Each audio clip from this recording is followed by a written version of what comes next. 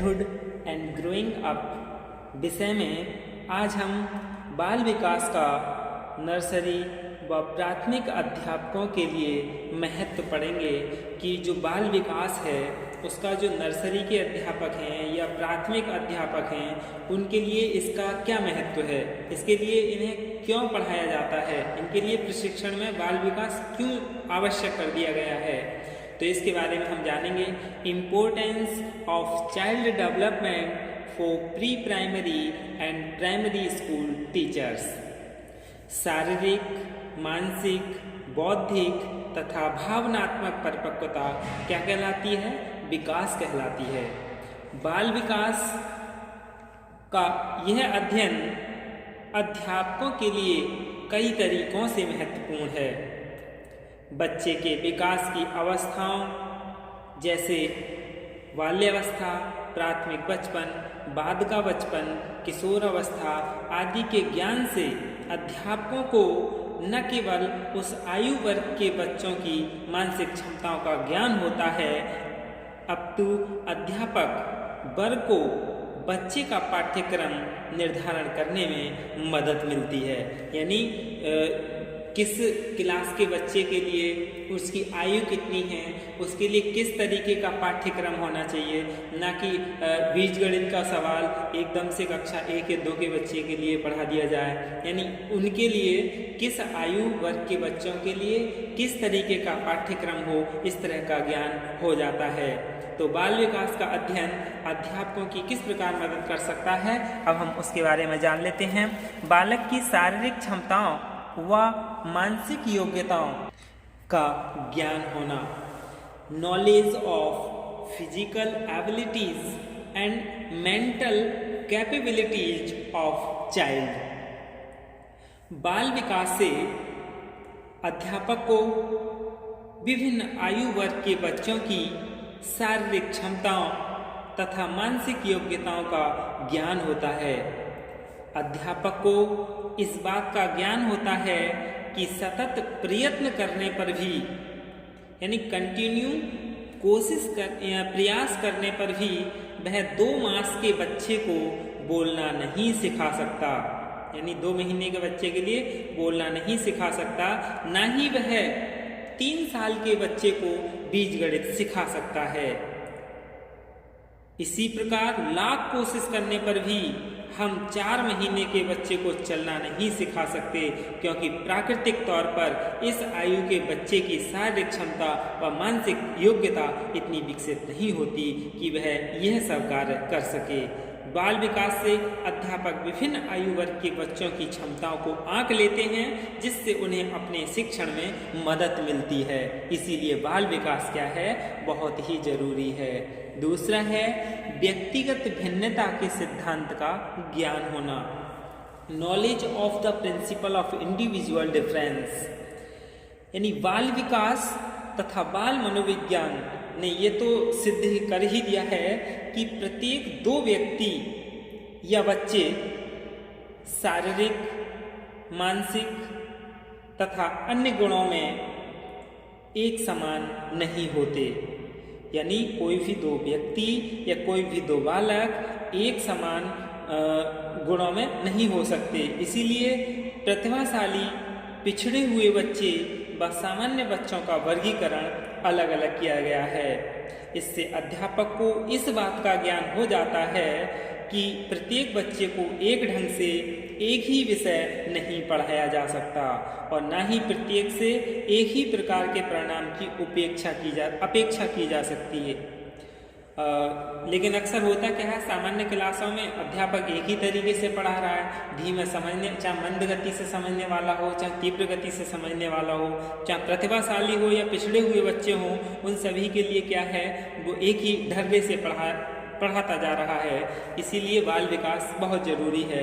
यही कारण है कि एक शिक्षक के अंतर्गत पढ़ने वाले छात्रों में से एक डॉक्टर बन जाता है और दूसरा छात्र असफल रहता है। बाल विकास के अध्ययन से अध्यापक को व्यक्तिगत भिन्नता के बारे में ज्ञान होता है तथा यह ज्ञान छात्रों के सर्वांगीण विकास में सहायता करता है। फिर इसके बाद अगला है पाठ्यक्रम निर्धारण करने में सहायक। Helpful in decision of syllabus. बाल विकास से अध्यापक को इस बात का ज्ञान होता है कि प्रत्येक आयु वर्ग के बालक की अपनी विशेष योग्यता होती है। यदि उसे उस योग्यता के अनुसार पढ़ाया जाए तो वह अवश्य ही अपेक्षाकृत परिणाम देगा, यानी अच्छे परिणाम देगा। इसके आधार पर आजकल पाठ्यक्रम निर्धारित किए जाते हैं तथा बच्चों को अलग अलग विषय पढ़ाने की प्रेरणा दी जाती है, यानी बच्चे का वो आकलन कर लेते हैं कि इसके लिए कौन सा विषय सही रहेगा। फिर इसके बाद अगला है बाल विकास एवं पढ़ाने की कला, यानी child development and the art of teaching. बाल विकास से अध्यापकों को इस बात का ज्ञान होता है कि प्रत्येक बच्चे की अपनी आवश्यकताएं, जरूरतें, रुचियां व शौक हैं, यानी सबके क्या है, बच्चे के अलग अलग होती हैं। किसी में रुचि होती है, किसी को कोई शौक होता है, किसी के लिए किसी चीज़ की ज़रूरत होती है, यानी इन सब के लिए अलग अलग होता है। इसीलिए प्रत्येक बच्चे को एक ही ढंग से पढ़ाया नहीं जा सकता। जैसे कि कक्षा में किसी बच्चे के लिए तो व्याख्यान दिया जाए तो कुछ बच्चे जो प्रतिभाशाली होते हैं वो व्याख्यान से ही अपने मन में सही ढंग से समझ लेते हैं, और कुछ बच्चे ऐसे होते हैं उनके लिए लिखवाना पड़ता है, यानी लिखाते हुए पढ़ाना पड़ता है, ताकि उनका क्या है, यदि अब समझ में नहीं आया तो बाद में वह उसे लिखे हुए को पढ़कर समझ जाएगा। प्रत्येक बच्चे को प्रेरित करने का ढंग अलग अलग होना चाहिए, क्योंकि प्रत्येक बच्चा अलग अलग ढंग से प्रेरित होता है। यदि बच्चे की आवश्यकताएं पहचान कर उसे पढ़ाने की कला के साथ जोड़ दिया जाए तो अध्यापक अपने शिक्षण कार्य में और भी सफल हो सकता है। उसे यह ज्ञान हो जाता है कि किस प्रकार की शिक्षण विधि, किस प्रकार का टीचिंग मेथड किस परिस्थिति में उसके लिए अनुकूल रहेगा तथा कौन कौन विषय पढ़ाने में कौन सा तरीका या टेक्निक उपयुक्त होगी। यह शिक्षा को बाल केंद्रित यानी चाइल्ड सेंटर्ड मानकर पढ़ाया जाए तो शिक्षण कार्य ज़्यादा उद्देश्यपूर्ण व सार्थक हो जाता है। इसलिए नई शिक्षा नीति में शिक्षा को बाल केंद्रित बना दिया गया है, यानी चाइल्ड सेंटर्ड ही रखा गया है। अगला है बालक के विचारों, रुचियों तथा इच्छाओं का ज्ञान, knowledge of views, interests and wishes of child. बाल विकास के व्यक्तिगत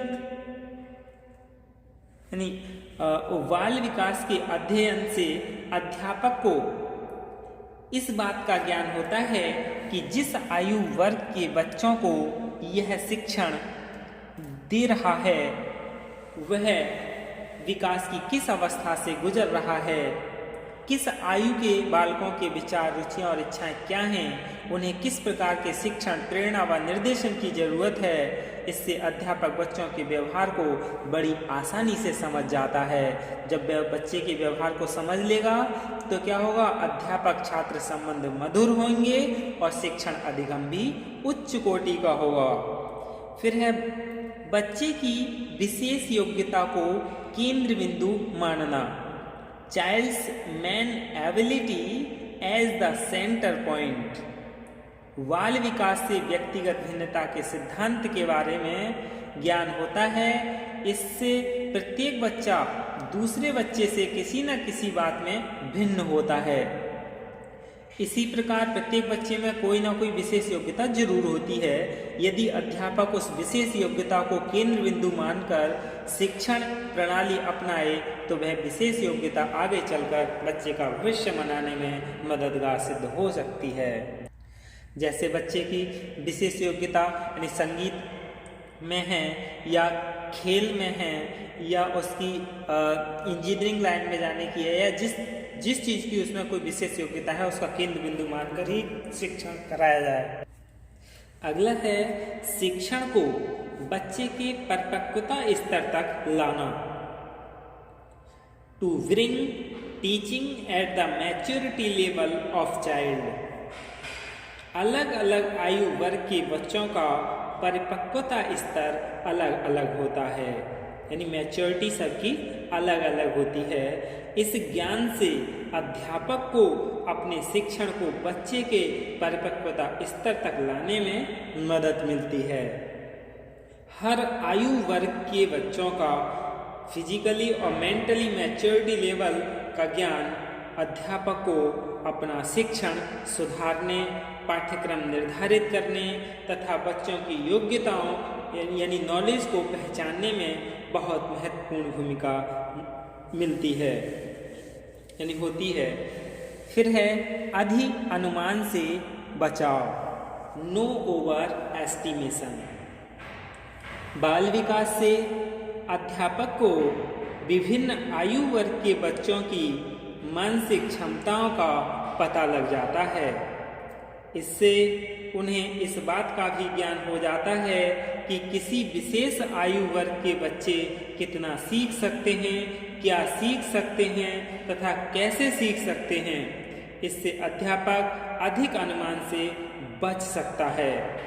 वह यह जान जाता है कि लाख कोशिश करने पर भी वह 5 साल के बच्चे को वह नहीं सिखा सकता जो एक 10 साल का बच्चा थोड़े से ही प्रयास से अपने आप सीख जाता है।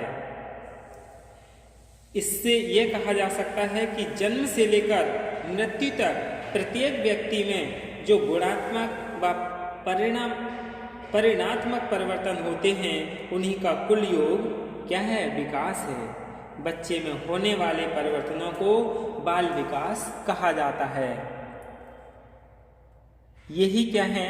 परिवर्तन मानसिक और बौद्धिक और भावात्मक स्तर पर होते हैं।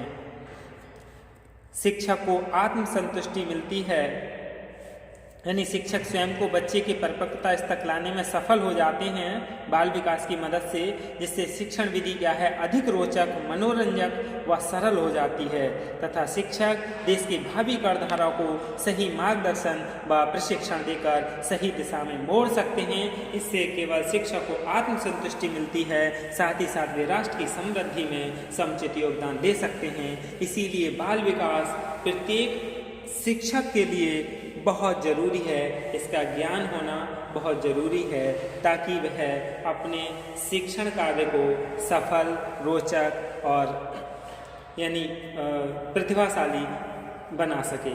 धन्यवाद।